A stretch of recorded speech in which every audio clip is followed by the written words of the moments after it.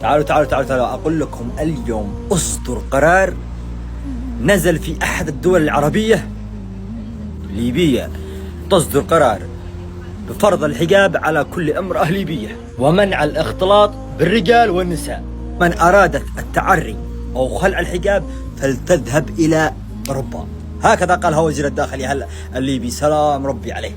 فرض الحجاب على كل امرأة ليبية وقال من أراد التعري فلتذهب إلى أوروبا. يعني ما نشتهى عندنا، احنا عندنا الغيرة وعندنا الحمية وعندنا الرجولة، وكذا هي الرجولة بحد ذاتها. دائما أنا عندما أشوف رجال ليبيا والنعم فيهم كأنه رجل يمني. فتقول لي كيف كأنه رجل يمني؟ تشوف الرجل اليمني عنده الغيرة، عنده الحمية، عنده النخوة، عنده القبيلة، عنده إنه كل شيء إلا العرض والشرف. تشوف كل نساء اليمن محجبات، مستحيل تشوف امرأة يمنية تمشي في الشارع بدون حجاب، مستحيل. ونادر أن تشوف امرأة يمنية تمشي بدون نقاب.